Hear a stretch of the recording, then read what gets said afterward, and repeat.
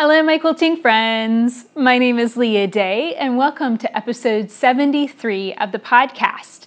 And today I want to share some tips on making quilts for gifts and gifting during the holidays. So this is something that occasionally will come up. I'll get an email from a grandma and she's, says something along the lines of, I need to quilt 25 quilts for all of my grandbabies in 1 month. So yeah, I want to help you avoid situations like that and kind of think through this in advance. We are right now at the beginning of September, so this is the perfect time to be thinking about gifting later on, what your plan is for December. And I've got lots of different ideas of sharing and giving the gift of quilting to your family without feeling stressed or frazzled or just kind of driven crazy by it, because that's really the last thing that you want to have happen. So I hope that you're looking forward to this podcast and will learn along with me. I promise you, I have really not been the best person at giving handmade gifts over the years. It's something that I'm constantly working on, and this year I'm actually trying something very different when it comes to gifting in general and buying in advance, so that way I have lots of different things to give people and can kind of go through the closet and be like, oh, that's the perfect thing for this person. So I've got a couple different ideas of something new that I'm trying this year that I'm really excited about. The last thing I want for anybody is to reach, the middle of December and feel frazzled and overwhelmed and guilty. That's the emotion that I am really trying to avoid this December. That drives me crazy. So I hope that you find this podcast episode helpful. It's going to be a little shorter because I realized today I really need to get my act together when it comes to MallyTheMaker.com. And if you go to that website URL, you'll find nothing there because I haven't set it up yet. And I have put that URL in the book, in Mally the Maker. That is my fiction novel that's about to come out this month. And yeah, I need to get going on this, and it's going to be a lot of work, and I've got to figure out what system I'm going to use to put the book up and the website up. It's going to be a very small website with only a few pages, but even still, I really need to take a stab at that, and I've been kind of avoiding it, kind of pushing it off on the side. So that is what I'm going to be really busy with today, getting that going, getting it up, getting that all sorted out. But what am I working on right this second as I share the intro? I am working on my crocheted sweater. Again, this is free-form crochet. My latest craft love is free-form crochet. I still am absolutely in love with this technique. I think it's awesome. I really want to design and make something else, but my time working on this has become really, really limited because I'm not sitting and listening to something a lot right now. I've been stitching actually a lot and making dolls. So this is Miss Buddy. It took 5 prototypes to get her to this point, and this is where the finished doll is. This is prototype number 3, and I just wanted to show you for reference. It's kind of like with every prototype, I tried something new, and I was trying to cut corners on this one and just omitted her ears, and she looks bald. And it's kind of one of those things I learned when you're prototyping, you can't cut corners. You've got to go ahead and stitch out the whole thing every time, so that way you get a good idea of what needs to change, and you're not, like in this situation, I was looking at it and I think my opinion of it was definitely skewed because she didn't have her ears on, right? And I accidentally put the legs on backwards twice. The legs kind of curve, and they're curving to her back, as if she's walking backwards or something. Yeah. Little bit of a disaster on Mach 1 through 4, but I reached Mach 5 and it's perfect. I'm absolutely pleased with it. I'm going to do 2 different variations on her ears, one with like a pleated ear, one with a flat ear. I'm so delighted by this because Miss Bunny is a major character from the book. She is very special to me personally because I had a Miss Bunny doll, and I tried to basically recreate this doll from memory because I was given a Miss Bunny doll very much like this when I was 4. And then I lost her when I was on a Girl Scout camping trip when I was about 7 or 8. And it was devastating. I mean, this was my special doll. I couldn't go to sleep without it. She was super, super special. And over the years, I've kind of in my head kind of justified it like, maybe it was a Velveteen Rabbit moment. Maybe, you know, she became real or something like that. And then now in, you know, putting her as a character in the book, she has kind of become real. She's got a whole other story to her now. She's, you know, she's a major character, and, you know, it's a kind of I don't want to give too much away, but she's my favorite character in the book, honestly. So I had to make her doll, and in that way, I'm kind of bringing her back to life. So this is just her bare form, and then I'm going to do dresses, of course, dress her up, so that way she's wearing the dress from the book. It's kind of a pink calico dress. And this is just the model. She's actually a darker brown doll, and I'm probably going to change up the colors, so like a kind of a darker brown through her face, darker ears, and then a lighter brown through the sides of her face and her body. And just in case you didn't know this podcast is available in not just an audio, there's also a video. So if you want to see Miss Bunny and what she's looking like, come and check out the video at leahday.com/episode 73. That's where you can find the show notes. So yeah, I am so pleased with this. So this is what I've been mostly working on. Like all weekend, I put myself in jail, and it was figure this out. And I think the reason why doll making had been such a struggle for me, and I kind of picked it up and put it down, picked it up and put it down, and that's the reason why it was such a struggle, is because with every change, so I'd stitch her out completely, and then I'd have this kind of, okay, here's what needs to change, here's what needs to change, here's what needs to change. And I would not go that next step because I would just put everything away. You know, maybe Dad was coming in the next day, I needed to clean off the table, and I put everything away, and then I wouldn't keep good notes on what needed to change. And then I'd have all these miscellaneous pattern pieces. You know, here's an old head, here's a new head. I wouldn't label anything. I didn't know, when I pulled everything back out again, I had no idea what pieces were even the right pieces at that stage. So I spread everything out on one table where I didn't have to clean it up.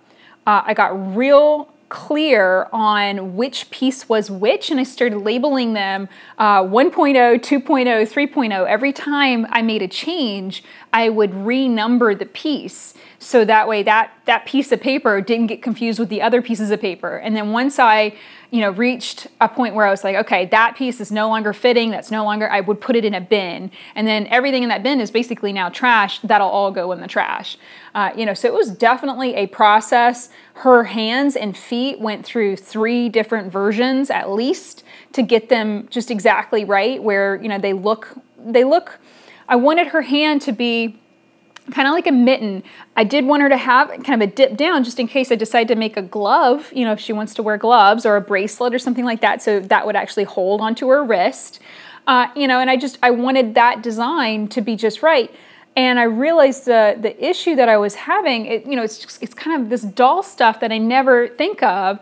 The way that the paws stuff means that, you know, the tip of the paw kind of comes all the way out to the seam allowance, versus, you know, it's kind of how it puffs up changes the shape. And it was really interesting. And as I would stitch something, I'd place it back on the pattern piece and just see how once it was stuffed, that changed things and kind of, you know, made it round, basically. Instead of thinking of in a 1/4 inch seam allowance, you have to almost think in 1/2 inch seam allowance, because of how much space is going to be taken up as the shape becomes rounded and filled with stuffing. So yeah, I kind of feel like my brain has expanded rapidly this weekend with all of this information about doll making. And it's been great because, you know, it's just been a lot of fun, and it's been a major challenge. It's been, you know, it's just learning something new. And I would reach points with it where it was just, you know, I stitch out another doll and it would just not be right. And I would feel frustrated and put her legs on backwards twice. You know, trying to figure out how I was making that mistake was a little tricky, because in my head, when you put the doll together, it kind of in your head, you're thinking through it and you think you've got it right. And then it turned out I had it wrong twice in a row. So it was one of those things that I would have to set it down and walk away.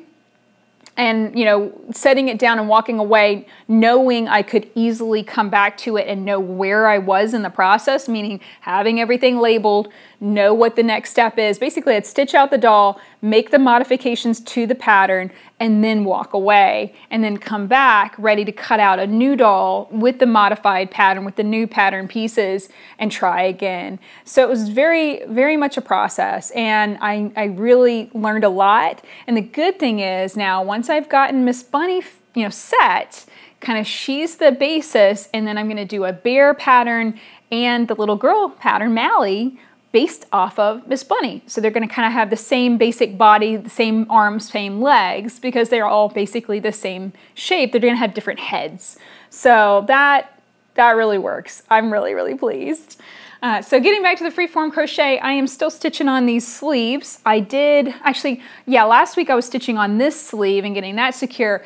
I ripped the longer sleeve off. I just didn't like it. It just really wasn't working. Ripped it off. I'm putting on a smaller circular medallion now on this side and stitching this on carefully. And I'm just using a big tapestry needle and some yarn here to secure this in place. It's really, really simple. And locking that sleeve in place, I'm going to go all the way around and then kind of stitch that together a bit. I may add more stitching and lengthen the arms. I don't really know yet. To be honest, I'm kind of staying flexible with it, and it might be something that changes as the weather gets colder. So, as the temperature drops, I might be like, all right, I really want to wear this now, so I'm going to add longer sleeves to it. And, I was talking about last week, I am out of yarn.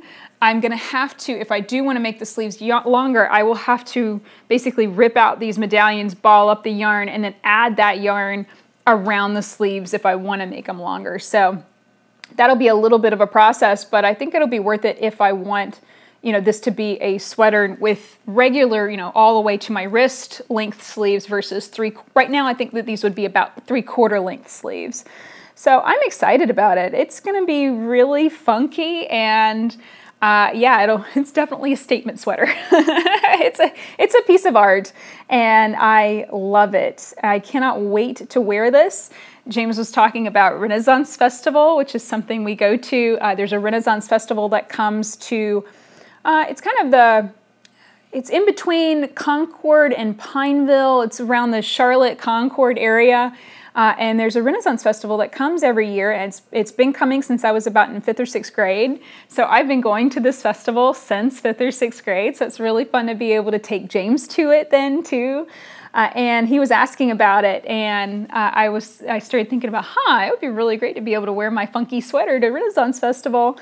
We usually wait until it's nice and chilly and go on either the second to last week in November or the last week, which is usually the week before Thanksgiving, and that's perfect. I can do some Christmas shopping, and it's nice and chilly. It's just, I think that's the perfect time to go. So I'm looking forward to that, and hopefully the sweater will be done by then. And, it's definitely getting into that fall season, and I'm really thinking about that, and we pulled out our decorations. In years past, I've kind of hesitated to decorate early because, it's like, oh, well, it's only September, it's not cool yet, that kind of thing.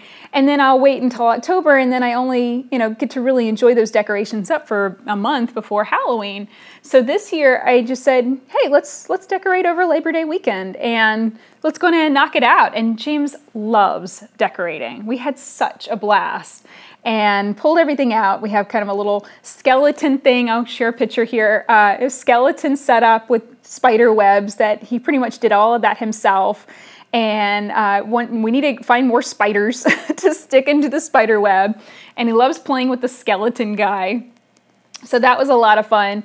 And then I set up the mantle with, leaves and a cornucopia and a cute little fake flower arrangement that looks great every single year. I don't think there's anything wrong with fake flowers because they look great, no matter how many times they've been shoved in the bottom of a box. So it just, I just love that, getting into the season and really feeling a part of it. And I think I've been looking forward to this season even more because of our quilt along, the Leaf Peepers quilt along. So just in case you haven't been listening to podcast episodes, this is a quilt along that I'm doing with my friend Sherry from Whole Circle Studio. And you can make a table runner like this. You can see it's nice and long, 4 beautiful leaf blocks. And this week's block is this one. And I shared a tutorial on doing quarter square triangles. So you can learn how to do quarter square triangles from me, and then you can learn how to actually put the block together step by step from Sherry. So you can come and check that out, and you can join in anytime, even if it's years after this year, and you find this podcast and see that quilt. You can find the pattern at leahday.com/leaf and join in the fun. So that's what we are doing this fall. And when I'm not doing the podcast, I have this quilt, this table runner on my table. I'm loving it. So I think that's putting me in the mood for the fall as well. So it's really good. I think decorating early, it's like anticipation of the season. And I think that's a really good thing. I'm gonna do the same thing for Christmas probably.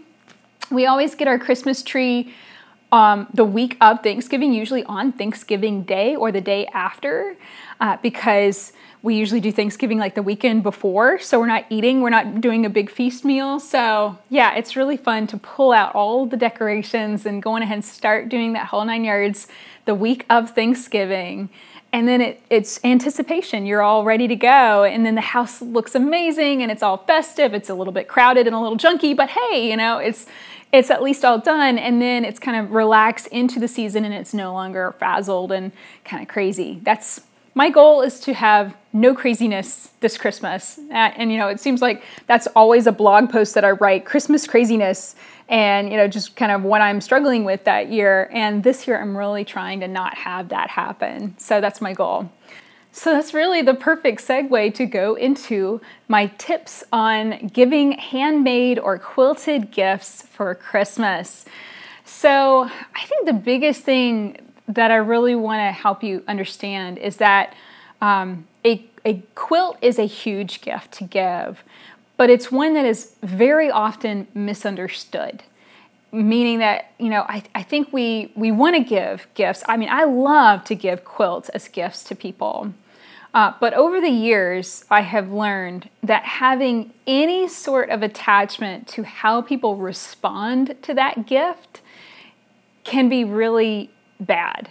So if I'm expecting kind of an overwhelming, like, oh my gosh, this is so special, I'm expecting kind of a big reward for giving a very heartfelt, very time-consuming, but very meaningful gift. Usually the opposite's going to happen, and I'm not going to get that kind of response or reaction at all. And I'm going off of, this is a memory of a quilt that I made for James when he was 4, I think. So I'd made him a baby, several baby quilts. I'd made him a big boy quilt when he was 3, whenever he got his big boy bed. And then I wanted to make an actual full-size twin bed quilt for him. And I had taken a lot of time to design these special robots and aliens, because he loved aliens and robots when he was little. And, I'd taken all this time to make this quilt, and I was working on the blocks, and then I was digging deep into the quilting, and it was a lot of work, and it was taking me away from other things. And I had a lot of expectation on him loving this thing. And I built it up in my head like, oh man, he's going to be so excited. And, he's going to be, so happy I did aliens and robots. And I'd done all these funky techniques like a stitch and slash technique. It was like a mock mola, where I layered the fabrics and then sliced down. So it was all kind of frayed and really textury. And it had a really good feel to it. And so I'd done all this extra stuff, and I had this expectation of this reaction and this big payoff for my time and effort. And so maybe during that process, I had been building that up in my head. Rather than making it for me, I had been anticipating something, from my child. I had been anticipating a reaction that would not necessarily make it worth it, but just make me feel good or better about the amount of time and energy I was putting into the project. I hope you can see where this is going. I did not get that reaction at all. James was kind of in a bad mood or something the day that I showed him the quilt. I've been keeping it kind of a secret, you know, and anytime that I've ever said the word surprise to James, he's expecting, you know, like a sweet treat or a video game or Legos, you know, something along those lines. A quilt was probably the last thing he was expecting that day. And he did not give me the reaction that I was wanting, and really actually hurt my feelings. And I had to take a step back and check in, like, you know, I am making this for him, but I should be making it for myself. Meaning that I am getting something out of this project. I'm getting something out of this process. I'm enjoying myself as I make it. It's not a race to the finish. It's not a, you know, go, go, go, I got to have this done, you know, and it really made me stop and check in on why I give quilts as gifts and how I give quilts as gifts and the expectation behind it. So that whole experience taught me a lot. And I didn't get mad at my kid. It hurt honestly, it made me cry, and, you know, that made him feel really bad. And, you know, and then now that quilt has been used for 5 or 6 years, and he loves it and uses it on his bed every single night. So that's the thing. You might not get the reaction, especially out of a kid who doesn't really know how to react to something like a quilt. And, you know, especially in comparison to something like Legos, they're probably going to be a little like, yeah, okay. They're not going to give you that reaction, but I promise you that's going to be a gift that they keep and that they use every day. And, you know, the sentimental attachment to that is something that's going to build over time. It's not going to get, you know, you're not going to get that immediate payoff right then. It's going to be something that maybe in 10, 15, 20 years, that's going to be something that never gets thrown away, that never gets, you know, goodwilled or, you know, given to charity. That's going to be something that stays with that person forever if they value it, you know, and typically the things that we use every single day, we value highly.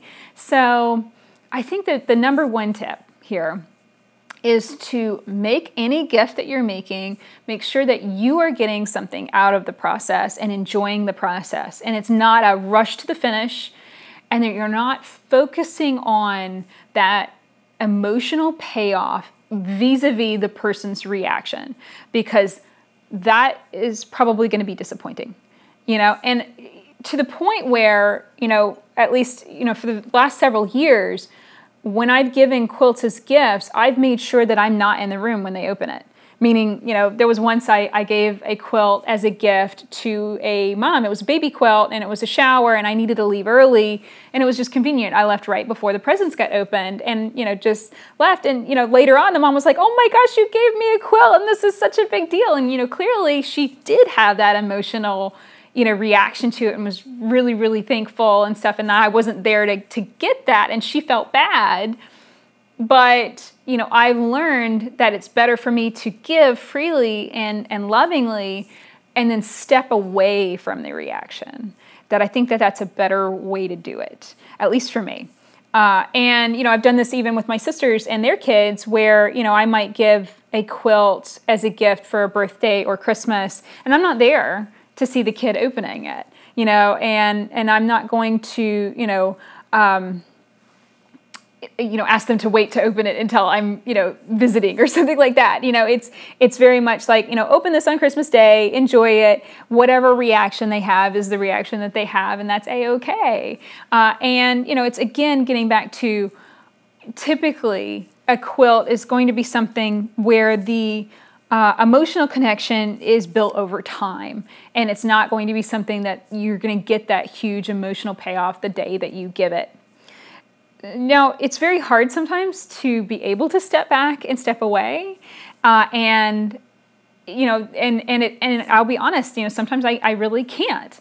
And this is why I don't give a lot of gifts as quilts. I like to give something smaller. So handmade, you know, items like zippy pouches are great ways to practice quilting, and they're great ways to build skill for free motion quilting, machine quilting in general, and be able to sew something pretty quickly. Usually once I've done the quilting and I have lots of, quilted panels made, then I can cut them up and I can make zippered pouches in about 10 to 15 minutes. Once the cutting is done, these piece together in like 10 minutes.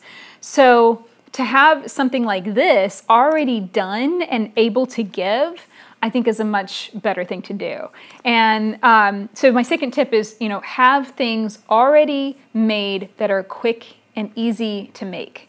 And, is it as a valuable of a gift? I mean, it's kind of like, well, would somebody keep a zippy pouch the way they would keep a quilt, for years and years and years, passing it down, an heirloom, that kind of thing? I don't know. It's debatable. It depends on how useful the zippered pouch is. If it's a super useful zippered pouch, they're going to keep it for years, right? If it's well made and it doesn't start to fall apart, then they're going to keep it for years. And I did this recently. I actually had all of the prototypes to these zippy pouches. And I took 2 or 3 of them, I think, and gave them to my niece for her birthday. I think she was turning 3 or 4, I think 4, which is like the perfect age for a zippy pouch. I mean, I can remember being 4 and loving to just, open it up and put things in it and then zip it closed, like different pouches and stuff. I love stuff like that. I had like a collection of boxes when I was 4, and it was like a box fit in a box, fit in a box. And I love that, just opening up the boxes and, spreading them all out, kind of like mamushka dolls, kind of like that. And so I filled up one zippy pouch with, kind of silly makeup, and nail polish and that kind of thing. I filled another one up with some, very basic sewing supplies, a thimble and a little measuring tape and some needles and thread. And then the last one, I think I put a little bit of candy in there for her. So, and that was mega popular. I wasn't there to see her open it, but the pictures that my sister sent me, she was super, super happy about the zippy pouches, and especially filled with little things. And I think sometimes we go for the big gift, and that's not always good. Sometimes we should just focus on like the little things. For me, like I love getting a new, really nice set of like tweezers and nail clippers, because I'm always losing my tweezers and nail clippers. So, a really nice high quality set of those in a little zippy pouch would make me super, super happy, far more than, something big and expensive like, clothing or something like that that might not necessarily fit. So I really think go with something easier, quicker, and then look for little add-ons, like little things that are inexpensive that you can put into it, and that makes a really cool gift. And then also, I think this is number 3. We'll go into tip number 3. Pre-make your gifts now. Going ahead and just start stitching stuff. Here's another version of the bag that I made. This one I boxed the corners. Going ahead and just make a whole bunch of stuff. You don't have to even have an idea of who it's for. It can just be simply to practice making the bag, and I keep a shelf in my closet that is just set aside for gifts that I've made throughout the year. It's like, okay, I made this bag, it's cute, I like it, but I don't love it and it doesn't have to be mine. Therefore, I can finish it, put a handle on it, and go stick it on that shelf. Then when it comes around time to, ship Christmas gifts out, I can be like, oh, well, you know what? That actually really reminds me of that aunt, or that sister or that cousin. I'm going to go pull that, put a few sweet things into it, and then that'll go to her. I don't have to have that person in my head as I'm making something. It's still meaningful. It's still a handmade gift. It's still super sweet, but it doesn't have to, I don't have to be thinking of them the entire time I was stitching it and making it. As far as speed goes, I think it's perfectly fine to do gifts, like machine embroidery, things that stitch out automatically. There's all kinds of in the hoop machine embroidery projects that are super, super quick to stitch out. I think they're awesome, and those are great little gifts too. So think beyond the big, giant, overwhelming quilt project. Think beyond that. Think smaller, think quicker, and I think you're going to be a lot happier with what you're giving. And then also be thinking of, just, okay, what is a tutorial that you'd like to learn? What is a skill you'd like to build? Setting in a zipper or doing more free motion quilting, and then go look for something that will support that, so then you're getting something out of it too. I think all of that's great. Now for my big thing this year that I'm doing differently, I subscribed to a more, it's not a quilting themed box. It is definitely a more fashion woman, upper scale box. It's a quarterly shipment of nice products. It's called the FabFitFun box.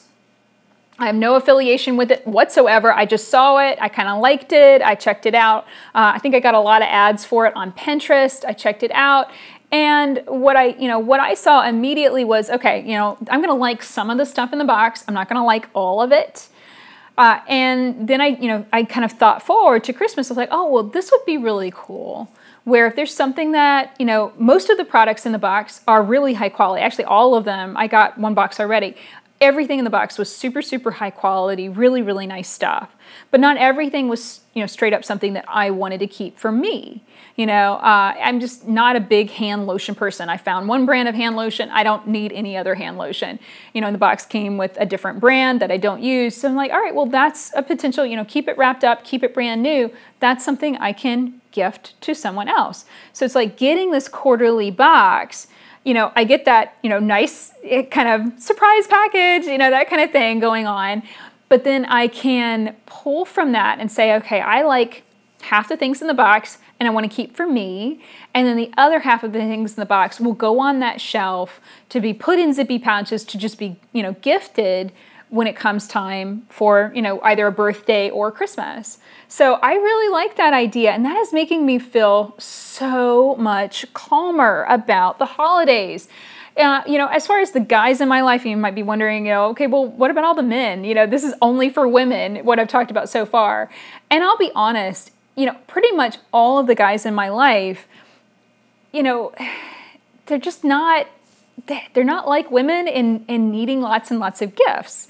It's kind of different with those relationships. Like with my dad, a pair of socks and, some ginger snap cookies is like, that's like the perfect Christmas gift for my dad. Like I might give him a gift card to Woodcraft or Tandy Leather, and then we go down, together and go to Woodcraft and Tandy Leather stores and have a day of it. So like that is the perfect gift for the two of us. For Josh, we both have the mentality like, if we want something, we're going to just go buy it for ourselves. We're not really waiting around for somebody else to go buy it for us. And, of course, James is my kid, it's a totally different situation. It's kind of like, I'm looking for different things for James, throughout the year and kind of keeping my eye out for that special thing that I think, will be really, a cool gift for him, for Christmas. But as far as, my brothers-in-law and, and I'm trying to think uncles. I don't really have any uncles. So, as far as men go, I think it can be really chill and relaxed. It's really shopping for women, at least for me, that things are more challenging. And I always get caught feeling like I haven't bought enough and kind of, caught feeling guilty and stuck right there in Christmas time when I don't really want to go shopping. I hate crowds. I find it really a struggle to not feel that sense of guilt and, like I did something wrong or I didn't do enough. I think that not doing enough is my major, feeling around the holidays. And by subscribing to this box and kind of stashing away things throughout the year, and then also, focusing on some tutorials and stuff like the zippered pouches where I know I can make several of something and have that set aside, that feels great. It feels really, really good. And then, going forward too, I'm looking at, okay, what are some other things along those lines? Like dolls and, simple things like that are easy to gift. And here's my last tip. I do not think it is a bad thing to ever just simply buy gifts for people and give them for Christmas. And I also don't think it's a bad thing to simply give gift cards. When it comes to teachers and bus driver and, people like that, where they're in my son's life every single day, usually it's a gift card, and that's a-okay, because most often, that person has their own concerns about the holidays, and, being given a quilt, while super, super special, probably isn't, again, it's going to be a lot of effort up front and definitely meaningful long term, but might just simply not be the right choice for that person. So typically with teachers, I do a gift card, and, and again, try not to feel guilty. Maybe I have, that kind of hardwired too much, I don't know. And, yes, Christmas is it's all about giving. It's not necessarily about receiving. And I always am giving with the idea that, nothing is going to be coming back my way. And that's, I think, another reason why I end up feeling so depleted, because I feel like I need to take on, the whole world with this stuff. And, and in thinking about it a lot, and I've been thinking about this since June or July, because I really wanted this Christmas to be different. Instead of reaching, December 20th and being like, oh God, can this holiday please just be over? And that's really the state that I've been in years past. I really want to just have a different emotion and just feel chill and relaxed and peaceful about it. And that's what I tapped in today, and sharing kind of my mentality about it and these tips that I think, if you're feeling the same way, if Christmas has become, just kind of bogged down and difficult, start thinking now about this in ways that you can offset that craziness to make it fun and relaxed and exactly what you need it to be. And I think that the other thing that I'm giving myself a break on, is to do the thing that I want to do when I want to do it. Like decorating this weekend.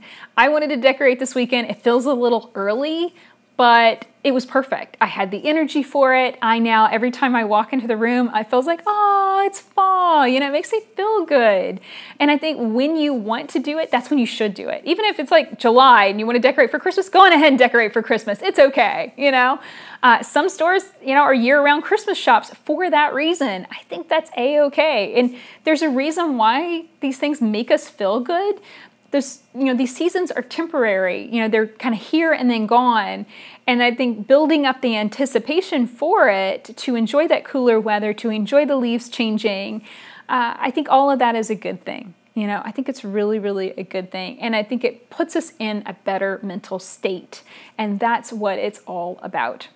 So it's kind of been a rambly podcast. Apologize about that, but I hope that you've enjoyed it and taken these tips, and that they will help you have a wonderful Christmas. I think the whole purpose of the season is to enjoy your time and be grateful for everything that you have in your life, and grateful for the wonderful family that you have around you, and showing that by being your calmest, sanest self, I think is going to be giving the best gift to your family possible. And that's my goal. My goal is to have lots of fun, to bake cookies with James, to enjoy wrapping presents and decorating with James, and just have a really fun time this year. And that means, making sure that this gift stuff is just not stressful, not guilt-ridden. It's easy. Pull, plug, play, send it out, and just kind of feel happy about it. And that's what I'm really aiming for. So that's it for this podcast. If you'd like to find more podcast episodes on a variety of different topics, including other quilts that I've made, like the goddess quilt behind me, you can find interviews with other quilters, all kinds of different things. You can find the podcast episodes at leahday.com/podcast. Until next time, let's go quilt.